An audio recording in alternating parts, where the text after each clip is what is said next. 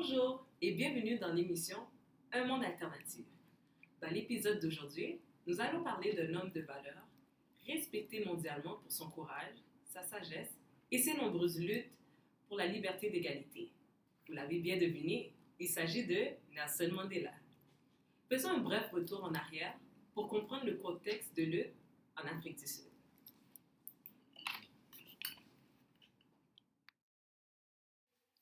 Nelson Mandela est né le 18 juillet dans un petit village nommé Transkei. Malgré que Nelson avait de descendance royale, il était appelé à être conseiller des chefs de sa tribu. Il a vécu tout autant de racisme et d'injustice que les autres Noirs. Au fur et à mesure que le temps passe et qu'il fréquente les grandes villes, Nelson arrive à prendre conscience des grandes inégalités entre les Blancs et les Noirs. Les Blancs vivent dans des maisons visiblement plus riches et sans soucis matériels, alors que les Noirs vivent dans des bidonvilles. Une fois arrivé à l'université, il a développé un intérêt pour plusieurs choses. Cependant, il était surtout captivé par les idées de non-violence de Gandhi, qui soutient l'idée que tu peux faire valoir tes droits sans l'utilisation de la violence. Il a par la suite poursuivi ses études pour devenir avocat dans le but de défendre les gens de son pays. Il obtient finalement sa licence de droit en 1942 et ouvre son cabinet d'avocat.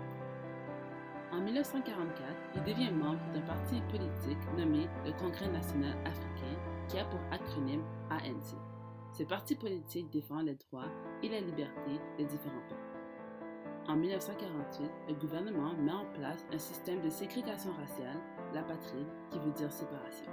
Ce système a été mis en place par le Parti national, qui est dirigé par une minorité blanche, les Africans.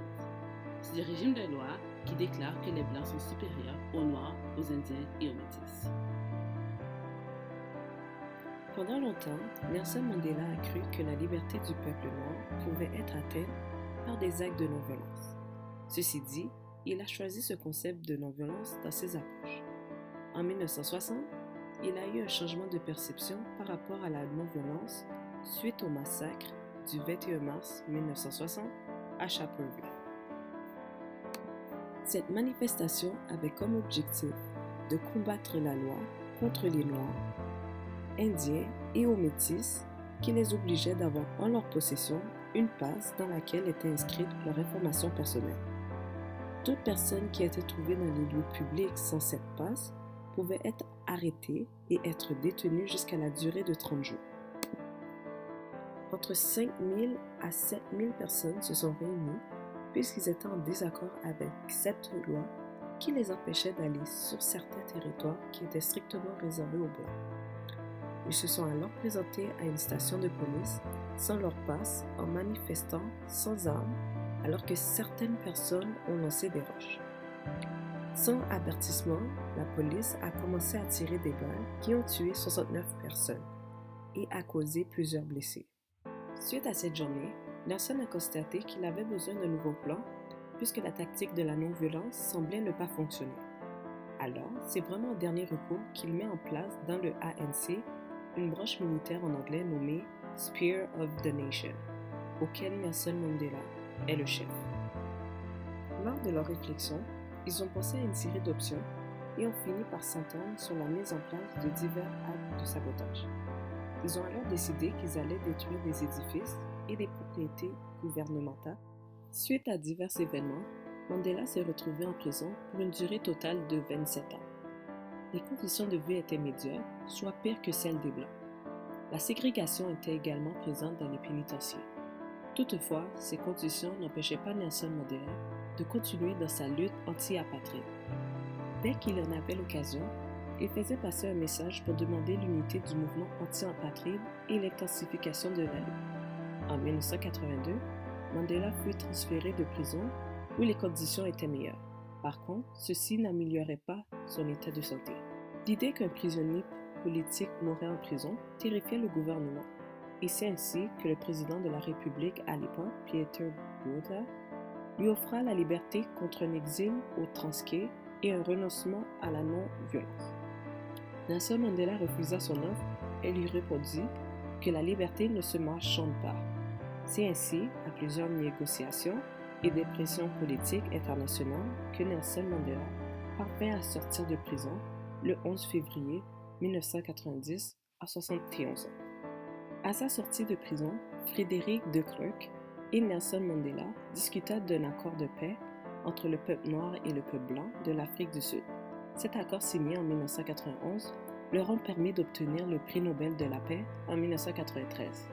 Un an plus tard, Mandela se présenta comme candidat à la présidentielle et gagna les élections en 1994.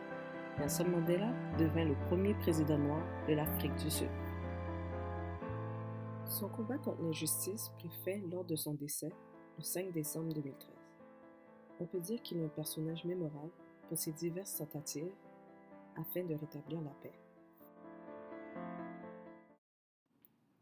Suite au documentaire que nous venons de visionner, Nelson Mandela a employé plusieurs méthodes alternatives pour combattre l'apartheid sans que cela résulte en guerre civile.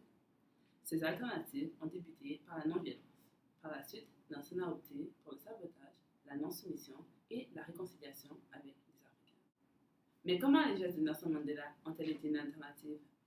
Oui, c'est parce que Nelson Mandela a plutôt opté pour une lutte pacifique. Ainsi, il s'y opposait à la violence afin de conscientiser le peuple de la situation des Noirs, des Métis et des Indiens en Afrique du Sud. Nelson a bien compris que la liberté des Noirs africains devrait résulter de l'unité, non de la violence. En effet, il a participé à de nombreuses marches pour faire changer les choses, puisqu'il trouvait que l'injustice sévissait à son époque. Par la suite, ils ont voulu faire une marche de 5 jours contre l'apartheid à Sharpeville.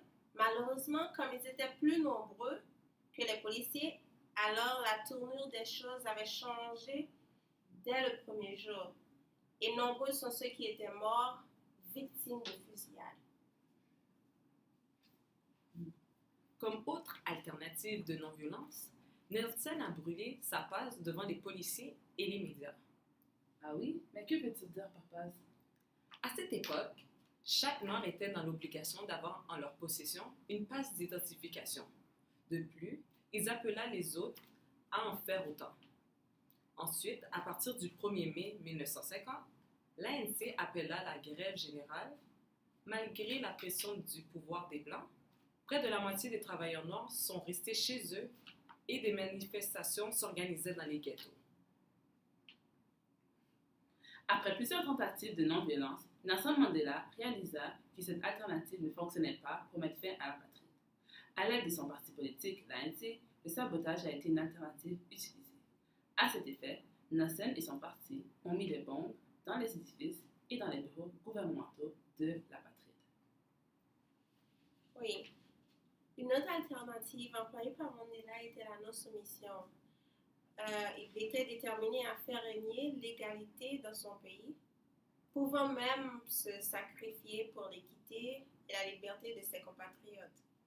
Ainsi, il refusait de se soumettre aux interdictions des autorités qui tenaient à intimider les membres de l'ANC. Ces derniers ont aussi essayé d'imposer à Mandela de cesser la motivation du peuple, commettant des actions opposantes au gouvernement. Et malgré que Nelson Mandela était en prison, il ne se sentait pas menacé par les décisions sévères prises par le gouvernement. Pour ainsi dire que l'ordre des avocats ont tenté de le radier de ses fonctions vu qu'il était en prison. Mais celui-ci ne voulait pas baisser les bras. Au contraire, il était plus motivé puisqu'il refusait de se faire représenter par un avocat tout en prenant en charge toutes les mesures nécessaires pour garder son titre d'avocat. Et suite à ces initiatives, le gouvernement avait tout abandonné puisqu'il pensait que Nelson Mandela n'avait pas les moyens ni les possibilités de prendre lui-même sa défense. Il était également l'un des prisonniers qui faisaient la grève de faim. Cependant, ceux qui étaient détenus pour des causes politiques ont pris l'initiative de soutenir cette grève, dans l'objectif de changer leurs conditions de vie en prison et de prolonger la lutte anti-apartheid. Oui, et comme on l'avait bien mentionné au début de l'émission, que Nelson Mandela était un militant passif. En effet, la réconciliation était l'une de ses alternatives, ce qui lui confère une identité remarquable dans l'histoire africaine. Ainsi, il a préféré réconcilier avec l'oppresseur plutôt que la vengeance, puisqu'il ne voulait pas seulement la paix et la justice pour son époque, mais pour la génération future. Selon l'approche alternative de Nelson Mandela, nous pouvons faire un lien direct avec le texte de Boisvert, Rompre avec. Pendant tout son combat, Nelson a lutté contre l'apartheid. Il a décidé de faire sous forme de non-violence, tel inspiré de Gandhi. Donc, ce dernier a décidé de rompre avec la violence, puisqu'il s'est rendu compte qu'il ne s'agissait pas de la meilleure solution. L'autre lien avec la lecture est qu'il a décidé de rompre avec l'inacceptable, étant donné qu'il a pris conscience de la situation des Noirs en Afrique. Alors, on peut constater que Nelson favorise la justice et n'accepte pas à des comportements qui n'encouragent pas le tort commis envers le peuple noir. Pour mettre fin à notre émission, Nelson Mandela est un personnage remarquable sur qui nous devrions prendre exemple, à travers son courage, sa détermination et sa loyauté pour son peuple. Nous espérons que son parcours de vie puisse être un modèle qui nous influence à agir nous aussi de manière alternative. À la prochaine!